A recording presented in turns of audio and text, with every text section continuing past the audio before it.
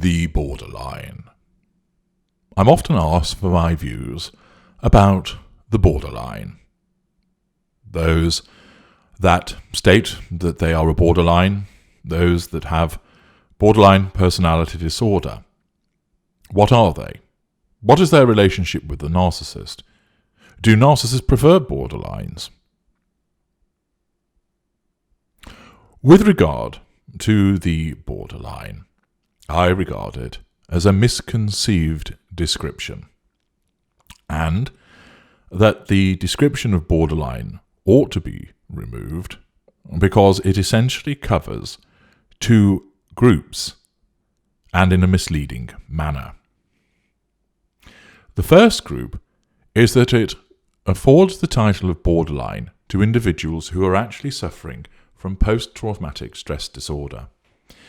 Victims of abuse, victims of trauma, whose behaviour manifests in a way which, as a consequence of this external stressor, causes a reduction in their emotional empathy for a period which is longer than the usual temporary reduction.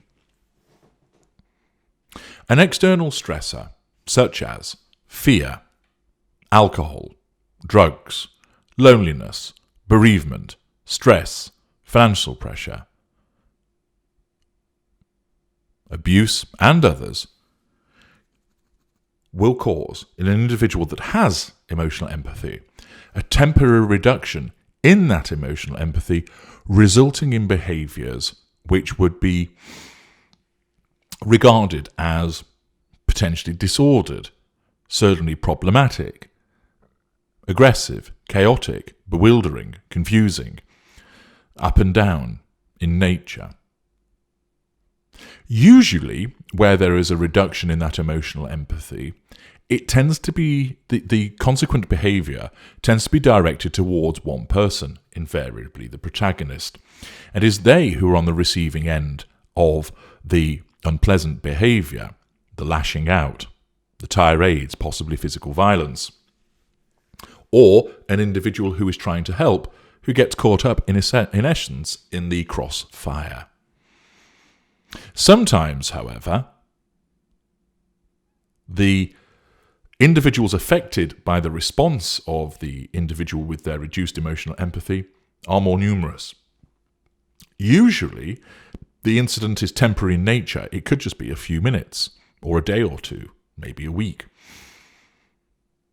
But as the external stressor is reduced and removed, for instance, a respite period is granted, fatigue goes away with a good night's sleep, the effects of alcohol wear off, the emotional empathy returns, and those narcissistic traits which were being exhibited are kept within the framework of emotional empathy, and therefore the aberrant behaviour is removed. However, for some individuals, the sustained application of that abuse and that trauma results in a more elongated, extended period of the dampening down of their emotional empathy. It's not permanent. It will return, but it will take longer because the effect of the ongoing trauma or the consequences of the trauma are continuing to keep that emotional empathy down. So, an individual who is repeatedly being abused to such a level may continue to cause a sustained reduction in their emotional empathy, resulting in aberrant behaviour. Or, even though the abuse has stopped, the consequences of it were so extreme that they continue, almost like an echo from the original event, to keep that emotional empathy down. And the individual is suffering from post-traumatic stress disorder, which then is described as the behaviour of a borderline, and it isn't. This description is unhelpful, of course, to that victim. That description presents problems for that individual, and instead, their behaviour ought to be looked at as that associated with an individual who is experiencing post-traumatic stress disorder. Of course, not everybody who experiences PTSD lashes out at other people, but it is one manifestation of it. So that is the first group of those that are often described as borderlines when they are not. What about the second group? These are the narcissists. And invariably they are mid-range narcissists who claim that they experience empathy, that they have it, but the evidence suggests to the contrary. Notice that borderline personality disorder is placed in cluster B with narcissism. Many of the behaviours are similar with regard to the descriptions in the DSM. Furthermore, it's often said that a narcissist fears damage to self-esteem, whereas the borderline fears abandonment. Actually, those two aspects come from the same branch, the loss of control. Fearing that somebody is going to leave you threatens control. Fearing that somebody regards you in a poor light, because the narcissist does have good self-esteem and doesn't want it damaged, amounts to a lack of control. The person that wants to get away from the individual because of their behaviour appears to be abandoning them. That threatens that individual's sense of control, resulting in the response to assert control over them. Telling a narcissist that they're not good enough threatens their control. Insulting them with regard to how they look or how they behave threatens the control. It threatens their high conceit of themselves, their high self-esteem, and therefore both instances are actually threats to control, and therefore the individuals are similar creatures, or indeed are the same creature. The idea is that most narcissists are male rather than female, and this is incorrect. My experience demonstrates a roughly 50-50 split. The reason, of course, that narcissism is seen as more prevalent in male is because of the more narrow view of narcissism of being the vain alpha male. He eats what he kills, doesn't care about anybody, thinks he's fantastic, he's always well-groomed, stares at himself in the mirror a lot. And as you all know, that is just one but a thin aspect of narcissism, and there are various different types. And therefore it falls to be the case that more males would be viewed as narcissists with that narrow definition. But, for example, many of the mid-range narcissists are female, and, in my own experience, there is a roughly 50-50 split between the genders. The other aspect is this. Borderline is a gender-biased label. If you describe somebody as a narcissist, it's stigmatic. It's not praising somebody. Society has an image that women ordinarily ought to be nurturing, empathic, caring.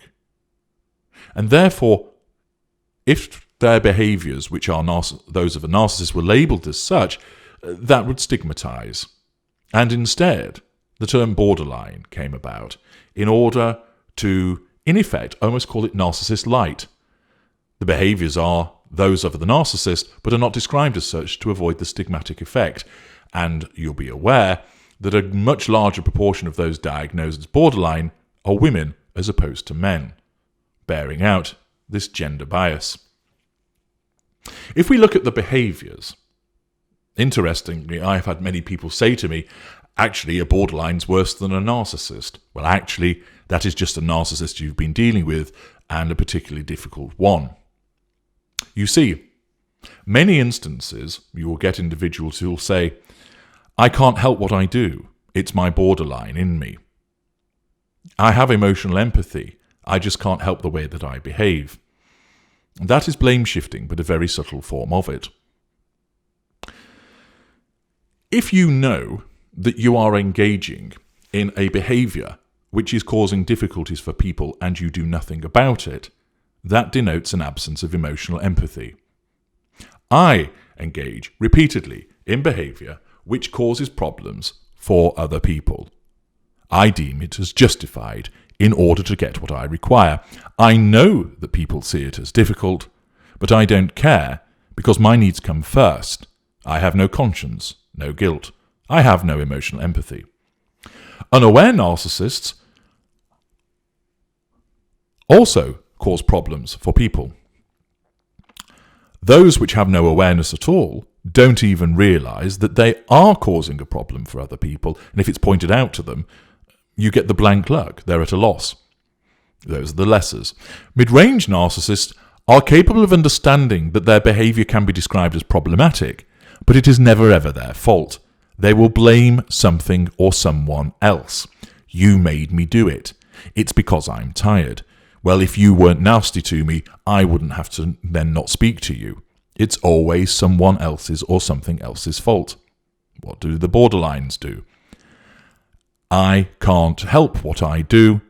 It's my borderline. They have an awareness that their behaviour is problematic, but it is blamed on something else. That is a very subtle form of blame shifting. If they had emotional empathy, they would know that they're causing problems and they would correct that behaviour, but there is a failure to do so, which supports the fact that there can be no emotional empathy. An individual who has emotional empathy will not always behave as a saint, and where they engage in behaviour which is problematic, and that is far less the case than it is when dealing with a narcissist, of course, they will rarely repeat it. They will take corrective action. Their remorse and contrition is genuine. So where somebody who has emotional empathy, an empath or a normal, and even narcissistic individuals who have very low emotional empathy, first of all, their behaviour is regulated in a different way because they see the world through a lens of emotional empathy, which governs their behaviours and interactions with other people. They don't need control. But moreover, it leads to them rarely engaging in habitual. It means that they rarely engage in poor behaviour, and they certainly don't engage in habitual bad behaviour, repeated poor behaviour. Save, of course, where is the incident of an extended period of post-traumatic stress disorder.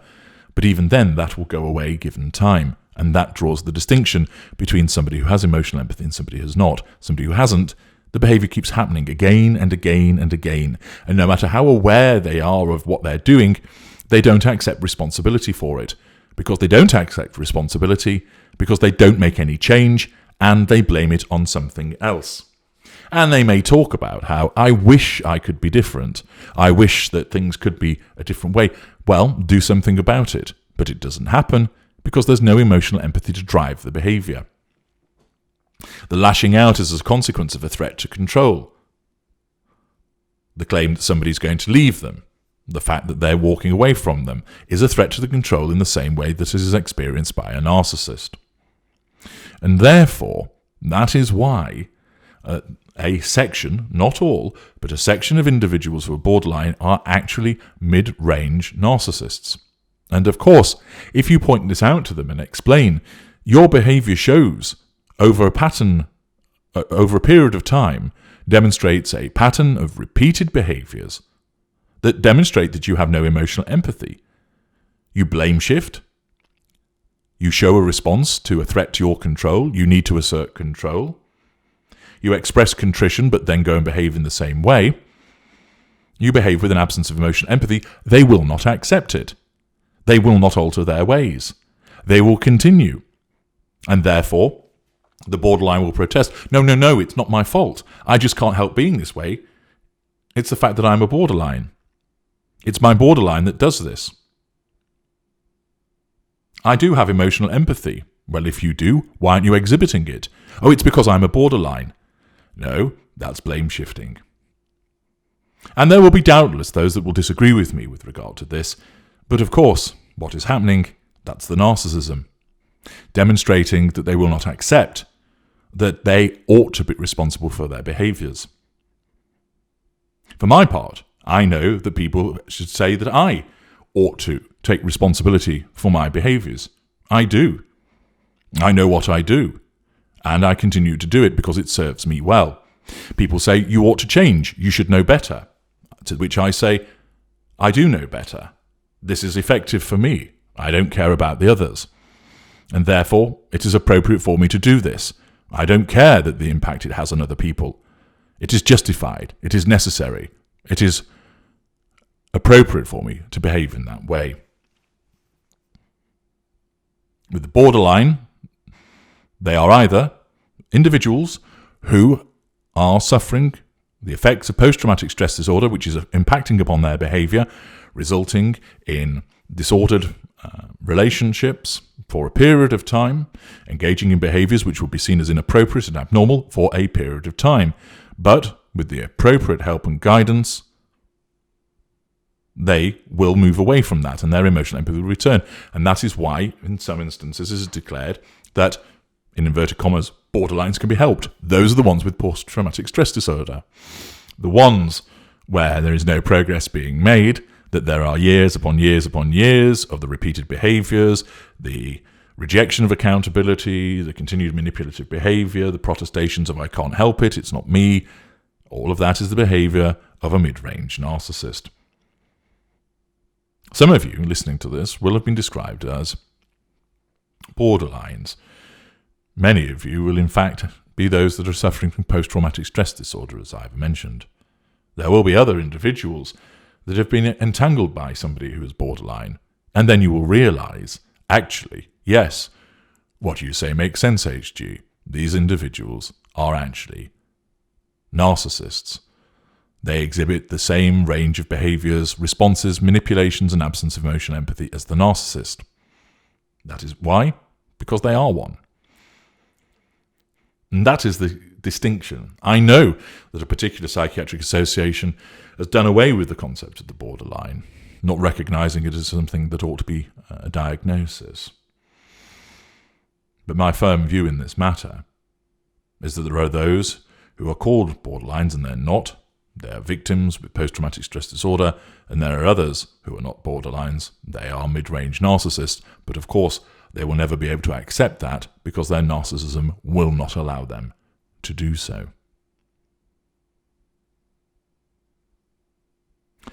Those are the distinctions. Now, what about the narcissist preference for a borderline? Or the interaction? Well, quite simply, that is a case of when narcissists collide. And I have given examples of that in other videos. So where someone talks about a narcissist and a borderline and it being a chaotic relationship, it's actually some narc-on-narc action. And that is what is behind it. It's as simple as that.